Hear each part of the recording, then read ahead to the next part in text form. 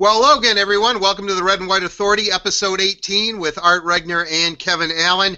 It's taken a while. Believe me, Kevin and I were here yesterday ready to do this, but my computer would not accommodate us. So we are here, and Kevin, game of 4 tonight in this crucial 7-game series of the NHL first-round playoffs between the Red Wings and the Tampa Bay Lightning. We're really hours away from it, and I know a lot of things have been hashed about Game 3 already, but I'd be remiss if we didn't start there. Peter Mrazek, for the second game in a row at Joe Louis Arena, shut out the Tampa Bay Lightning, and that was big and that was huge, and he played well. However, perhaps Brendan Smith being coming in from the cold, like the old spy who came in from the cold, came back, was on the ice, I thought played very well, and of course Justin Abdicator. So you add Mrazek playing a good game, Justin Abdicator into the lineup, who brings a physical presence, as we saw, and a great setup to Riley Sheahan on the Red Wing power play goal. And then, of course, Brendan Smith, who is a bit of a wild card, but that's what I like about him. He's a risk taker, but he's not a bad player, and we've talked about him before. So really, 3 factors help the Red Wings, and of course, Pavel Datsyuk being Pavel Datsyuk. So all in all, a good Game 3 for the Detroit Red Wings. Yeah, I mean, really, maybe the best performance they've turned in a while. It was just a strong all-around game. They had a physical presence to them. Abdicator's return really stabilized 3 lines, and it's fascinating how that works in hockey, where he comes in, and because he's able to step in and play his normal spot on his line, then 2 other lines are now made whole again as well. And I thought it gave the attack more balance than it had before. But they came out and played a real authoritative game. I mean, they came out and played the way as if they were going to dictate the tempo and they were going to decide how the game is going to be played. And I agree with you. I thought Abdicator and Smith both made a difference, and really it was on the physical side of the game. I mean, Abdicator made a great pass, as everyone knows, to Sheahan, but I thought the biggest difference was just in the physical. The grit he brought to the game as well. And Mrazek's performance was strong yet again. I find it fascinating. The Lightning, the #1 offensive team in the NHL, has only been shut out twice this season, and both by Mrazek. So, he sort of has got them figured out a little bit. I know they've also scored some goals against him as well. But I think he's a pretty confident guy right now, and I think Babcock, really liked what he saw in Game 3, and I think the biggest difference for the Lightning is the fact that Steven Stamkos hasn't gotten going. And I think you expect that Stamkos will figure out how to get some goals in this series. But if you looked at down the stretch, like he had a slump where I think he only scored twice in his last 10 or 11 games. So. Maybe he's just in the midst of one of those periods where he's having trouble finding the net. But as long as the Red Wings can keep him off the score sheet, they have a better shot at winning. Well, I think that's interesting because on the Detroit telecast with Mickey Redmond and, of course, Ken Daniels, they kept saying, "What's wrong with Stamkos?" They're telling us what his ice time is. Why isn't he playing? He's not on the first power play. He didn't play that whole power play. I mean, the Lightning were 0 for 6 with the man advantage in this game. The Red Wings are still going to the box a lot. Excuse me. I am going to the doctor right after this, so see what exactly is going on with me. But I apologize. But my point being is that I turned on the Tampa Bay post-game show afterwards to see what what their take was, what they had to say, see what some of the Lightning players and also Cooper had to say, and they never mentioned Stamkos once. These guys, like like it's par for the course, and I'm thinking, wow, in Detroit or the Detroit telecast, that's all they're talking about, and you're not. I mean, it's so much so that Mickey and Ken were saying, "Is Steven Stamkos hurt?" Yeah. So I mean, what is you just think he's in a slump, Kevin? Well, I'm not even sure that it's a slump, but I looked up in his shots. He has 11 shots on goal in 3 games. That's pretty much where he is, for the season. I compared it to his regular season, but he never went 4 games without a goal this season until after March 20th. Since March 20th till now, his production's been off a little bit. And obviously he hasn't gotten a goal in this series. But so if you compare it to the regular season, for most of the regular season, you would expect he would score now because he never went 4 games. But in the last month, when you compare it to then, to what he's done then you would say, well, maybe he is having trouble finding it. I also think the Tyler Johnson line has been so good down the stretch that they really haven't relied on the Stamkos line as much as he has in the past. But just to give you an indication of how consistent he is, I looked up his numbers, and obviously he's played longer than this, but he's played the equivalent, because of injuries, of 6 full seasons. And when you figure out his average goals per season over the 6 full seasons is 46. So this is a guy that finds the net with great regularity. So I think you can look at it as he's in the midst of a bit of a goal drought, or you can say that having Datsuk certainly out against him exclusively at home, and then at times in Tampa Bay has made a difference, because we all know what a terrific defensive center that Datsuk is. Well, when we look at tonight's game, and we're going to go all over the place, I think, a little bit here today. I know you're going to tonight's game, and it's kind of, and maybe this is just a Detroit thing because of the way they look at Peter Mrazek.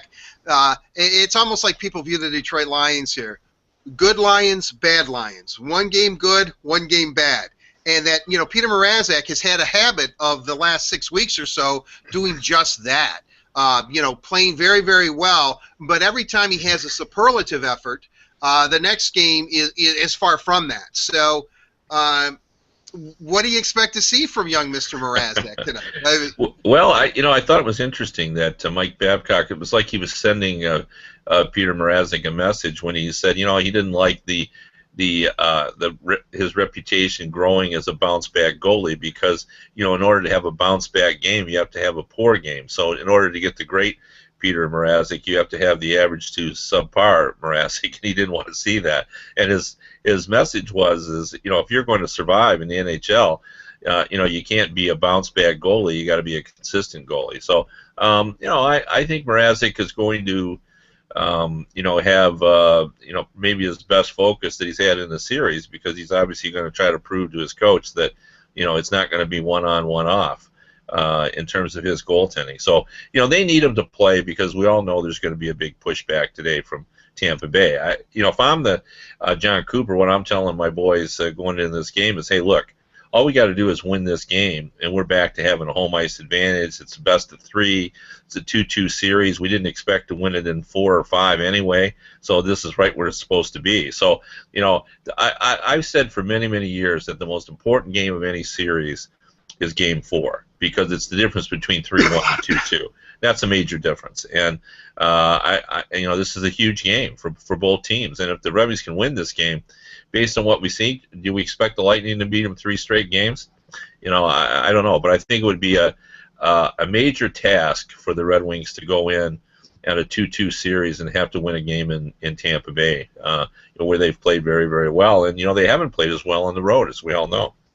Right, and so and the Red Wings really have to capitalize on this. I mean, you said it in our last episode 17 of the Red and White Authority that. Now, they have to win game 3 and 4. I mean, they have to. Both of them are must-win situations, because you really don't put yourself in a great position if you allow Tampa Bay to come back and tie this series up 2-2 going back, which could be now even a Saturday night primetime game on NBC for the whole country to watch. Yeah, and I think Babcock, as I said, had to love the effort that they had. And you mentioned 3 or 4 players that had good games, but there was just it's hard for me to single out anyone that had a poor game. Everybody was pretty noticeable. Clendening, I thought, was strong yet again, and he's become their Mr. Empty Net guy. And it's funny, because how many Red Wing fans have often thought, as I have, that the Red Wings were one of the worst empty net teams that I've ever seen. For some reason, when the goaltender is pulled, you never expect them to get a goal. Now, I mean, obviously they do occasionally get a goal, but it seems like the other teams get them with greater regularity. It's almost as if the Red Wings, through all their glory years, as Ally Afraidy said, he didn't like to get empty net goals because, he just think that's not the way to score goals. It was almost like the Red Wings had that perspective. But Clendening can, he sees that empty net, he shoots for it. So, I think there has to be more of the same. It's almost as if the Red Wings have to play, one of their better games to beat Tampa Bay. I think Tampa Bay can just be sort of good and beat the Red Wings. I think the Red Wings have to be very good to beat the Lightning. I just think they have an advantage in the skill level up front. So, the Red Wings are going to have to play another game similar in effect as they did in Game 3. If they're able to play a game like that and put it together, do you think that the pressure does shift to Tampa Bay then? I mean, they're going home. I know the crowd's going to love them, and because their ticket pile, 99.9% of the fans are all Tampa Bay fans, and supposedly in the building, although there were pockets of red, that if Tampa does not win this game, and maybe I'm Captain Obvious here, but doesn't everything pretty much tilt into their end of the ice as far as pressure and performing, especially if Stamkos has another subpar game, especially if Luke Glendening is able to shut down the Tyler Johnson line like they look like they were able to in Game 1. I mean, suddenly, don't the Lightning have to start questioning themselves, even based on last year's playoff effort, even though Stamkos was hurt? I understand that, and Bishop was out as well. But sooner or later, Tampa's got to kind of figure out the Red Wings a little bit here. Well, I think that's certainly true, and 90% of the time, teams that are up 3-1 win. So, and you're dealing with a Red Wings team that has a goalie who's capable of shutting you down. He's proven that. Mrazek has proven that he can shut down the Tampa Bay Lightning. That they can beat the Lightning with just a good goaltending game. So there will be a lot of pressure on Tampa Bay, particularly since. The 2 years prior to, last season they were swept, and now they've only won one of their first 3 games, and the 2 years before that they didn't even make the playoffs. So it's not like there's a grand playoff tradition in Tampa Bay. Right. It's been a while that when they won that cup with Jay Feaster as their general manager and John Tortorella as their coach in 2004. So there would be some self-doubt if they win this game. Like getting a 3-1 lead against this team, it's not the same as getting that 3-1 lead against Chicago. When the Red Wings had that 3-1 lead against Chicago a couple seasons ago, I think there were a lot of people that knew that the business was not done. That the Blackhawks were capable of coming back. We don't know about that about the Lightning. The Lightning, they don't have that playoff pedigree. So I do agree that a 3-1 lead against Tampa Bay, that is really going to put the pressure on the Lightning. Mike Babcock has gone on record saying, we have to get better each and every game, and I think by all accounts I agree with what you said. I mean, that was one of the best games, and I was at a local radio station that I work at now, and everybody was mentioning at that point that this was probably the best game they thought, Game 3, that the Red Wings have played all season. How do they get better?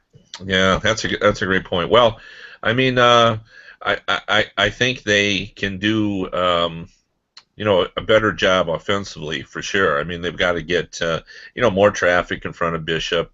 If he's going to see the puck, he's going to stop the puck. He's a big goalie, so you have to get some bodies in front. So I think their improvement will come on the offensive end, and then they just have to duplicate what they did. In talking to the Lightning players, what came across from them was the fact that the Red Wings were just super in the neutral zone. Like Ryan Callahan said that this is a team that's really good at clogging up the neutral zone and not giving you the space to operate to get their offense rolling. And I think it started in the defensive end. That was a pretty thorough defensive game that the Red Wings played, and they played a simple style. They got the puck up to the forwards, and they did the rest. The goal that Riley Sheehan scored, I think, was really important to him. I think he needed a little bit of a confidence boost. And, having Abdicator back, I think, sort of gave everybody in the team a big confidence boost. Were you surprised that Marchenko sat for Smith? Well, there's really no other option. If you're going to bring Smith back, I think you had to take Marchenko out. I mean, everyone else, has been there, been around the block, understands what's at stake here. So if you believe that Smith was deserving of a chance, then that's the way you go. And I understood the move. I wasn't sure they were going to do that because of the tendency that Brendan Smith has to take, some risk. But when you see the way he played now, you can see that when he's on his game, he's an upgrade over Marchenko. He is a player that is going to be, strong defensively. The focus will be on defensive play. But Brendan Smith adds another extra layer of bite. He's got a little snarl to his game. And I also think that he's a better offensive player. I think he makes a good transition pass. He gets the puck up to the forwards. I don't think Smith's offensive game has ever translated quite as significantly to the NHL as had been expected, but he still can be an offensive contributor. Yeah, well, we'll see. We'll see how it plays out. I think at this point the feeling that I'm getting around town is that if Mrazek can duplicate what he's done, and I don't know if he can get 3 straight home shutouts against the Tampa Bay Lightning, but I think people really doubted the Red Wings going into this series. Granted, we talked about it. I mean, we've documented well. They had not been playing well leading up to the playoffs. He almost kind of, I'm not going to say they backed into it. I mean, they're a 100-point team, and that's what Cooper kept telling the guys on the Tampa Bay post-game show. Look, Red Wings are a good team. They're a 100-point team because they were kind of shocked. After beating them 5-1, they thought that they were going to come into Detroit and roll, and they didn't. And I guess my point being is that now everything shifts back to goaltending in Detroit. If the goaltender holds up, now all of a sudden the whole town figures that we're gonna win. The Red Wings are gonna win, and it's just not that easy. I think that Mike Babcock, when he starts speaking and he says things, I think he's pretty insightful in a very simplistic way, and I don't mean that as a negative. He basically just spells it out exactly how it is. From the standpoint of I don't determine who plays or a player's ice time. They determine that. If you're a comeback goaltender, that means you don't even belong in the league practically because you're always coming back from a bad performance. I mean, he says things, and he's absolutely right. We've got to play better. We have to keep getting better because Tampa is going to get better. What do you expect to see from the Lightning tonight? Because, again, they have some guys on their roster that are experienced and have won some cups. We know that.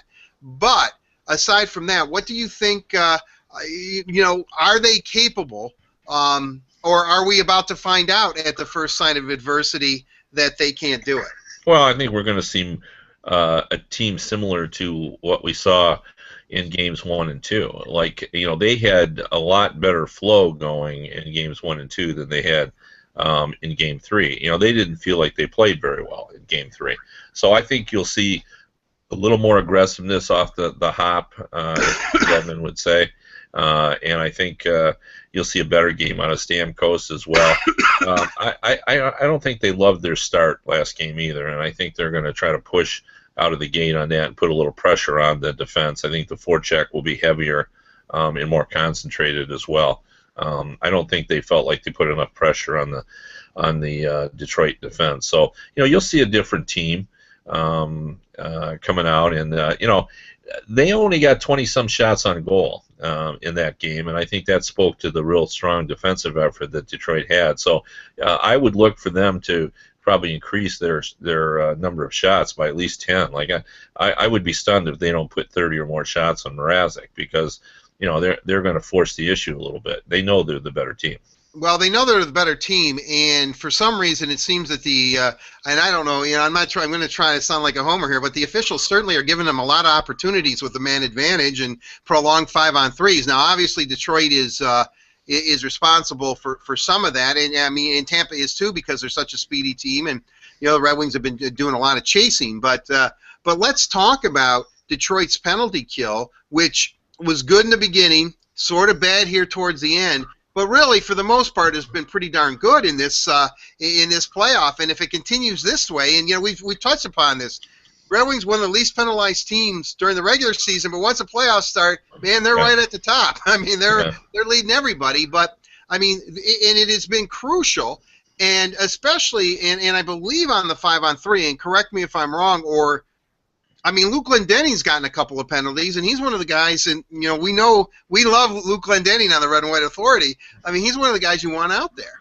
Yeah, you're absolutely right. But it really has made a difference in the postseason, and I think that just speaks to the experience. And even John Cooper talked about the Lightning. Like, I think sometimes when you are impressed with a team's performance, as we all are, the way the Lightning have played this season, you forget that they don't have a lot of experience in being in the playoffs. Like Johnson and Palat. These are top players for them, but they don't have a lot of NHL playoff experience. Ben Bishop had 0 playoff experience coming in to the season. Now they've added guys like Strawman and Boyle who have played more than 50 NHL playoff games over the last three seasons. So, I think the playoff experience does indeed make a difference. And I think when the Red Wings have sort of taken advantage of that by knowing, they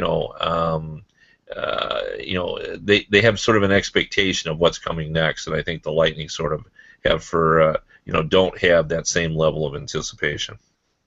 Well, no, I think you're right. I think they don't. I mean, the Red Wing power play has been very, very good. Let's talk about a couple of players. You talked about Riley Sheahan and the way Riley, a really nice little tap-in, really, from just an abdicator there. I mean, just a great move, though. I mean, he had to make a little bit of a move, and Bishop wanted to try to poke the puck away. But, that's a moment where, too bad they wear masks these days, because I think if you would have saw Bishop's face, he pretty much knew he had no shot. He had to try to do something, but he knew that baby was going to go into the net. And, it was just, you could just tell by his body language. But with that said, Thomas Tatar assisted on Pavel Datsyuk's tip-in goal, the first goal the Red Wings scored. But Tatar and Nyquist, and they're young, and I know that, Babcock, I got Babcock on the mind here. Datsyuk went, what, 26 or 27 playoff games without scoring a goal at one time, and everybody said, whoa, wow, what's going on with him?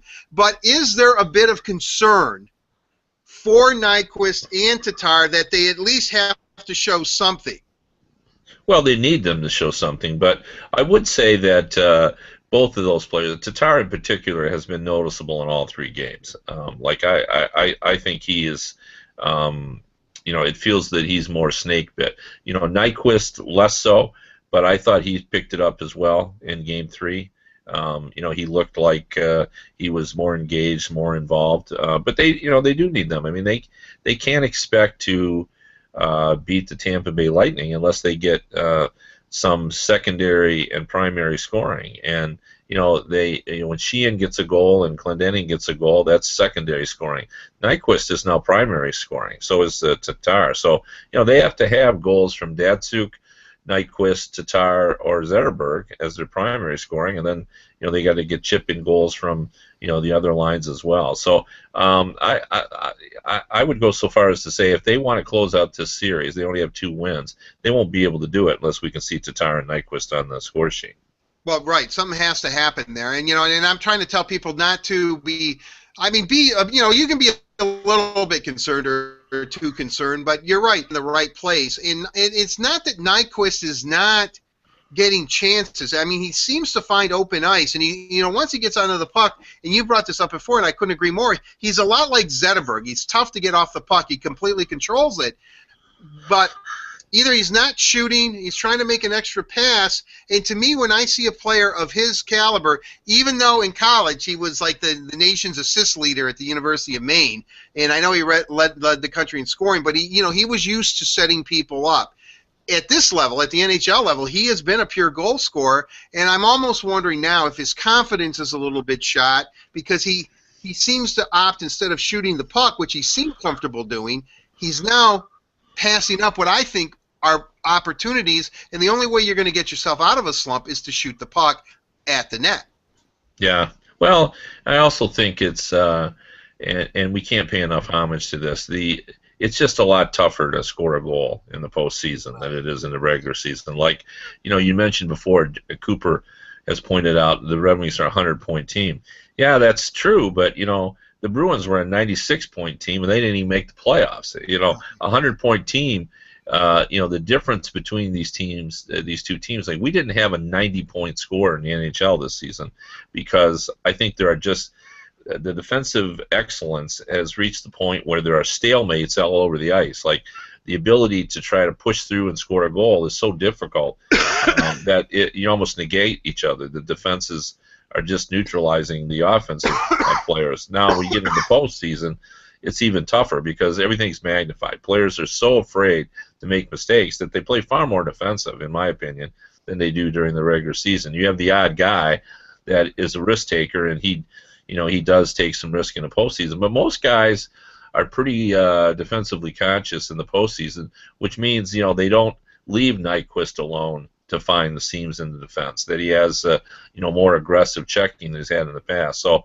you have to fight through that and figure out a way. But it's not like I've watched Tatar and Nyquist in these 3 games and thought, boy, it's a real problem. Like they're not, as you said, getting scoring chances. I think, as I said before, Tatar has been very, very visible, buzzing around the ice, and I think Nyquist has been in and out in terms of being noticeable and having scoring chances. When you look at the play of Henrik Zetterberg, who seems to be another player that is on top of mind of a lot of Detroit fans as of late, now because people can't figure it out, and it's not that he has been horrible because he hasn't. Even though he hasn't put the puck in the net as often as anybody would like, he still manages to make himself part of the game, whether or not he's playing great defensively or he's getting an assist here or there.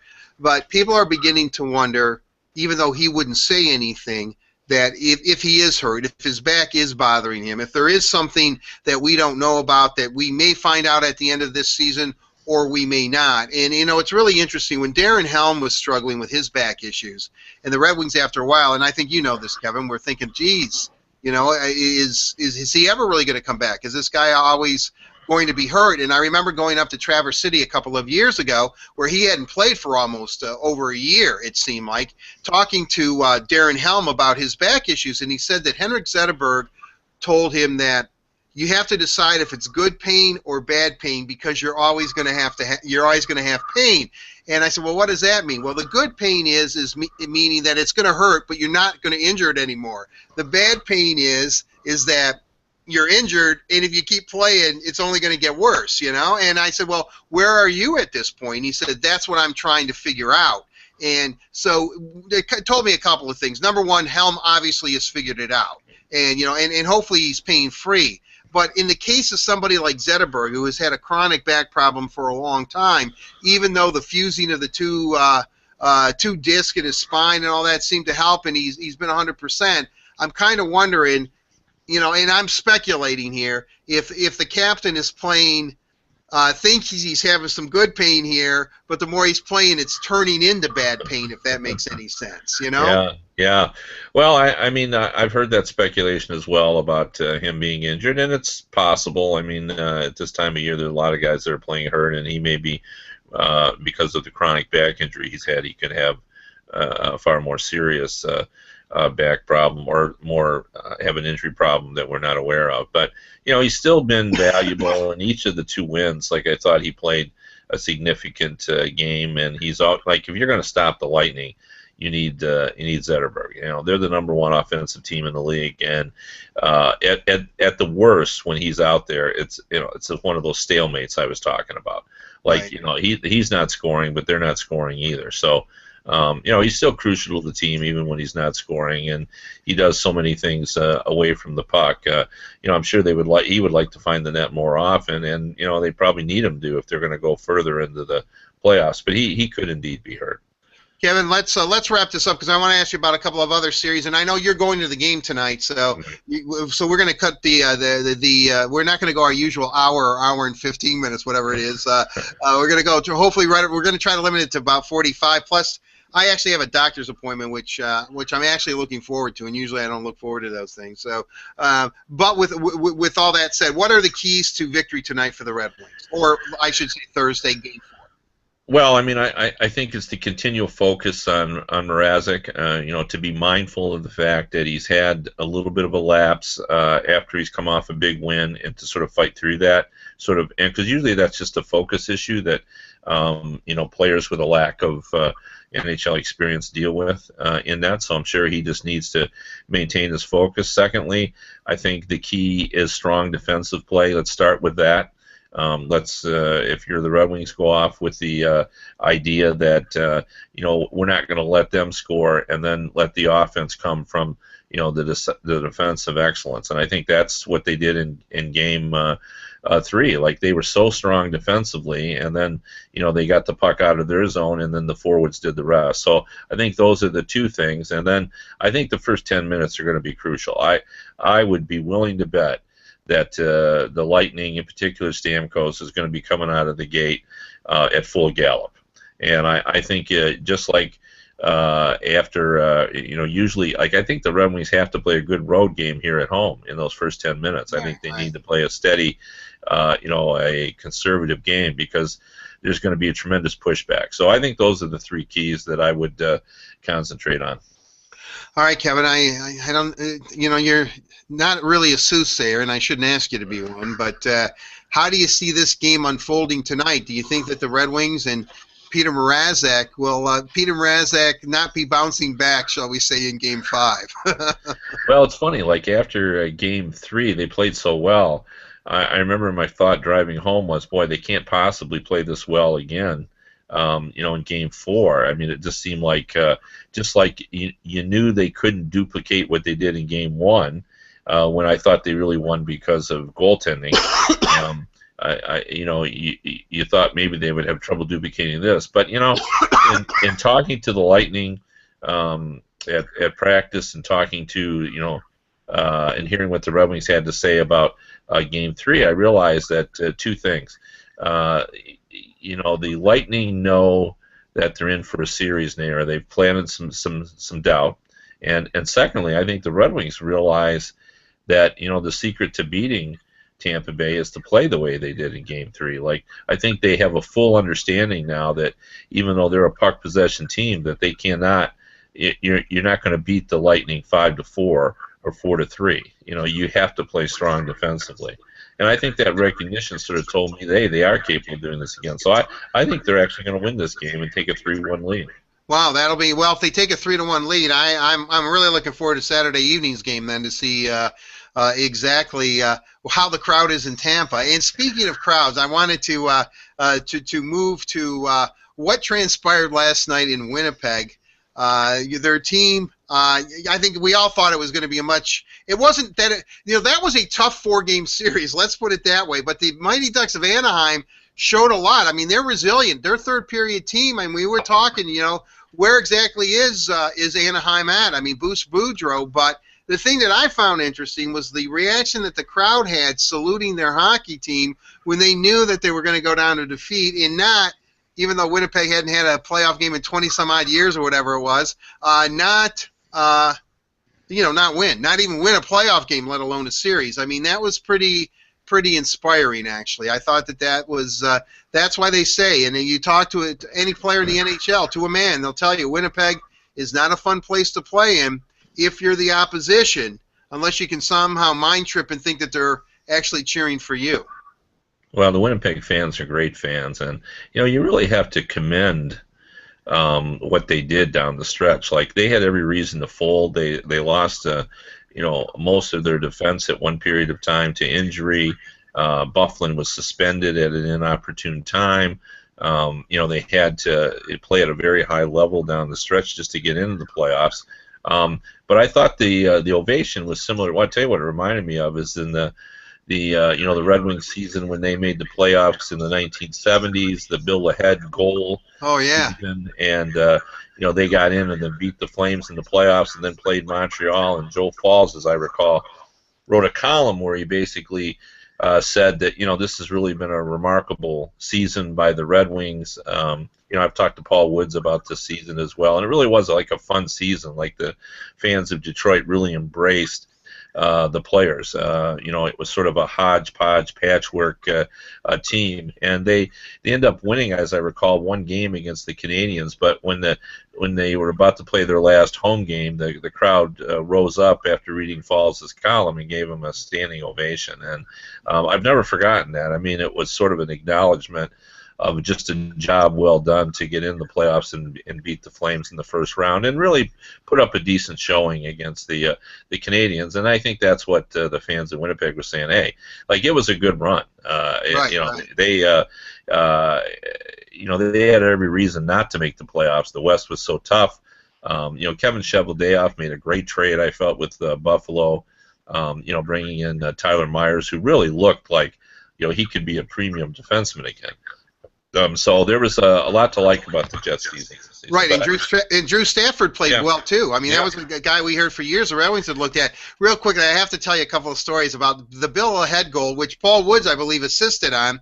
I was at Olympia. I was in standing room. I waited all night for tickets, and I think I've told you this, Kevin. Jimmy Rutherford was a Red Wing goalie, and he came in a red Corvette to practice that day, and we were all in the Olympia parking lot yelling and screaming at him, and he was waving. It was like a great time. Well, we got these standing room tickets, and on Lahead's goal, and it's been a long time, but I think I was on the lower bowl, but when people stood, I was all the way in the back and behind the net.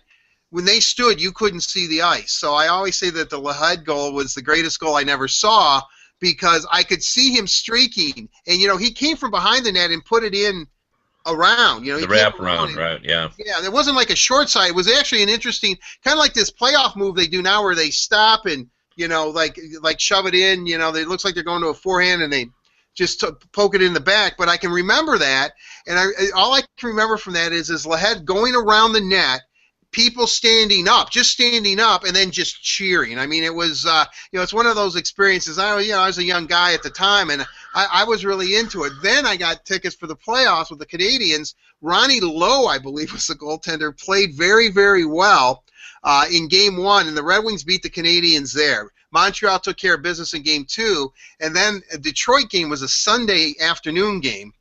And I was on some sort of food or beer run. I don't even know if I was old enough to drink at that time, but maybe I was, because you had to be 18 in Michigan.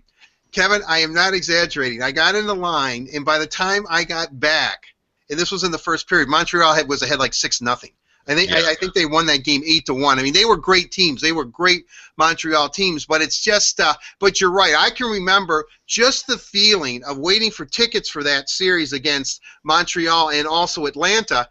Just the feeling that they were finally there again, I mean, it had been so long that it is a tremendous feeling. And now, I'm really into my segues today. Speaking of long, how long are Chicago and Nashville going to go in their next game? I mean, it's been pretty incredible hockey, and it's almost a series where you hate to see either team lose, because both of them are just laying it right out there on the ice. Yeah, and I will get to that series, but I have to ask you, just because you've sparked some memories. I stood in that line all night as well, and where were you in the line when the riot started at 4 o'clock in the morning that night, when the Zamboni got fired up and the hockey game was going on the ice? And I was about 300th in line, and after the riot, I had moved up to about 50th. Right. We had worked our way up. Well, I'll tell you what. I was so involved in what was going on that my buddy that I was with, who I waited out, grabbed me and dragged me up to the front. So much so that we were able to see Jimmy Rutherford actually pull into the lot. You know what I mean? I mean, everyone was off to the side there, but we could see him. And by that time, then a couple guards came and made sure people weren't surrounding it. So yeah. So you know what? What's probably interesting about that story is that we didn't know each other obviously back then. No. But we were probably almost right next to each other at that point. Yeah, we were playing cards. I remember it was in the other part of that story that's interesting for younger fans. I don't know who thought it was a good idea to let fans stay inside Olympia Arena all night long to get tickets. I mean, right. We were in the building, and it really was. The riot started about 3 or 4 in the morning because the people went on the ice and they had a 125 v 125 hockey game. There was one group of people, and they were kicking I can't remember whether it was a milk carton or something. down the ice, and because people were on the ice, and then somebody started up. No, it wasn't a Zamboni; it was a high-low. They started up.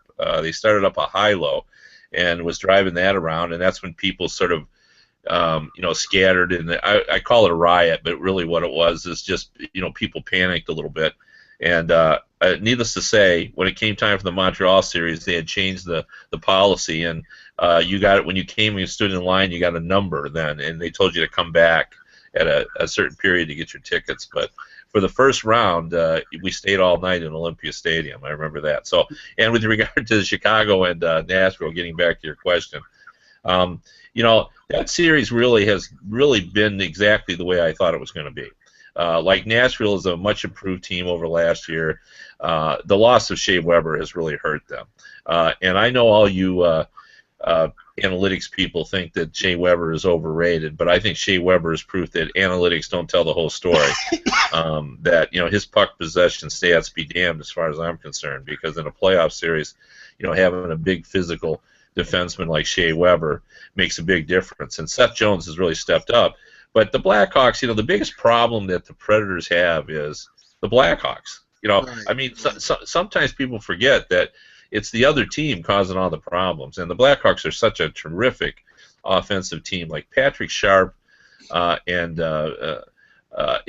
on the third line. If Patrick Sharp's on the third line, I mean, then you've got a pretty dynamic offense, and they've got a veteran defense. And Darling, I know people are talking about him as if he's a backup goalie, but it was pretty clear to me that all the way through the season that Joe Quenneville didn't view Darling quite like the traditional backup goalie that's going to put in 25 games. They see him as a guy that's going to challenge Crawford. Like, he has come that far in a short period of time. So I don't think it was a big leap at all for them to go to Darling. I think Darling has become sort of a hot property in Chicago. So I don't see him as a backup goalie stepping in and filling the gap. I see him as a guy that next season was already destined to challenge Crawford. Like, he is that good. Well, I'm compelled, I guess, because I'm so familiar with both of those teams. I mean, I do like watching that series. Anything else standing out right now? I mean, it looks like it's just a matter of time before the Canadians dispatch the Senators, but I think, just for the fan base and the way the Senators fought like heck to get into the playoffs, a 1-0 maybe final time on the ice for that team, was probably a nice send-off for the Senators fans, at least. Yeah, I mean, and I'd like to see them win another game and force that even more, put a little pressure, on the Canadians, just because I think the Senators, much like the Winnipeg Jets, in fact, even more so than Winnipeg Jets, they had just such an incredible record down the stretch, and they had a lot going on just to get in the postseason. And Brian Murray going through what he went through, as I've said in the past, I'd like to see them extend that series. Like, the other series that I'm sort of watching is the Capitals and the Islanders. I really thought the Islanders would be in control of that series by now, but Barry Trotz, he does a good job of preparing his teams, and I think he's got the Capitals believing that they're comfortable playing one-goal games, and I think that serves them well. Like, the Islanders are a dynamic offensive team as well, but their defense, as much as Johnny Boychuk has changed their look, he's made them a little more defensive than they've been in the past. They're still not as deep defensively in terms of not the way they move the puck, because they're infinitely better in that regard, but they still aren't as strong as they need to be in terms of defending the net. Kevin, real quickly, because I know you have to get off to the Joe Louis Arena, but it was weird. I could feel it through the television set how pensive the crowd in Pittsburgh is about this team, and how they don't seem to have much faith in a team that has Sidney Crosby on it. And and another thing too, when they were putting up statistics for overtime goals, NBC goes, well, the Crosby's never scored a playoff overtime goal. And I'm thinking, well, he did score an overtime goal to win a gold medal, though. Yeah. I mean, I got to give the guy his due. He's a great player, but boy, what a weird. I mean, if you can feel a weird vibe through the television, then you know that there is something going on in Pittsburgh that I just can't figure out. Well, I'll tell you, here they are down 3-1 in the series, and actually, I thought they've put up more of a fight than I thought they would. I mean, that's crazy to say, but the games have been tighter than I thought. Like they're really beat up defensively, obviously, and I think their biggest problem is around the edges of their roster. Like their wings aren't strong enough. I used to always believe the Penguins were one wing short in terms of being able to service both Crosby and Malkin with quality goal scorers. Even when they beat the Wings for the Cup, I thought they were one winger short. Max Talbot was getting top six forward time, and he's really not a top six forward. So I think their wingers are an issue, and I think they don't have any depth. And their secondary scoring, even though they have decent hockey players, like Adams is a fine hockey player, but he's not much of a scorer, and they have other guys that are role players as well that are good, effective hockey players. But there's just not enough help there for Crosby and Malkin is really playing hurt. I mean, that's pretty evident. And sometimes you're guessing that a guy is hurt because he just seems a step slow, but I think we're more than guessing that Malkin is hurt. Like if you watch him play, he's not even the same player. Right, and one final question. I know you said you were there Tuesday night as well. All reports are that and it's very strange that the crowd at the Red Wing game Tuesday night was incredible. That It was just an electric atmosphere. But then I've heard people criticizing the crowd, saying that it was like, they win a game, which is, you expect the Red Wings to win some playoff games, especially at home, that they had won the Stanley Cup, that the crowd was that out of control. Unfair, or just a good crowd, or do you think that maybe because, like the crowd in Pittsburgh, there wasn't a whole lot of belief in this team, and then when they actually win a game, you kind of, over-celebrate? Yeah, I would say that characterization is unfair. Now, I thought it was the typical Detroit crowd. Like, Red Wing fans know the game. They know what's up. They know, like, I don't have to tell them that the Red Wings can, if they played this series 10 times, the Red Wings only win 3. They know that. I mean, they really do know that. They have a sense for how good their team is. But they knew that their team was playing well, and I think they were excited about it because it had been a long time since the Red Wing team played that. But I tell you what it reminded me of is, the Red Wings' glory years when, like playing Colorado and the team just turning it on and not giving them any chances when you knew Colorado was playing well. That's the level of play they were at. It was like, winning a big game against a team that had a little bit more ability. So I thought the crowd was simply reacting to the fact and appreciative of the fact that Red Wings were playing and just an overall strong game. All right, Kevin, on that note, I mean, we could talk. Once I start saying, well, we got to wrap it up, I get like 100 more questions. But I know you're off to the Joe. Safe travels, my friend. Enjoy it. And I am under the impression that maybe we can do this. What would be a good day for you? Because I know you're traveling. I think we should do it tomorrow. After this game, this is obviously going to be a big game, and I have some time tomorrow, and I'm not traveling until Saturday, so it would be better for me to do it tomorrow. Okay, I'll tell you what then. We will figure out a time. We will talk amongst ourselves. We Kevin and I like to let our audience in on everything. Have you feel part of it. But what time we're going to do this? Unfortunately, you don't have much of a say because our schedules have to meet, even because we know you people are there for us all the time. Anyway, Kevin, have fun at the game tonight. I hope you see just a great hockey game, and it would be nice. I'm almost eager to see a Steve Yzerman team and it faced some adversity because, with Stevie now doesn't say much at times, but then when he does say something, be interesting to see if they go back 3-1, if maybe the GM, Steve Yzerman, might not have a message or two for his Tampa Bay Lightning. But with that said, until tomorrow, everyone have a safe and pleasant one. This is the Red and White Authority, episode number 18. For Kevin Allen, I'm Art Regner. We'll see you. Bye-bye.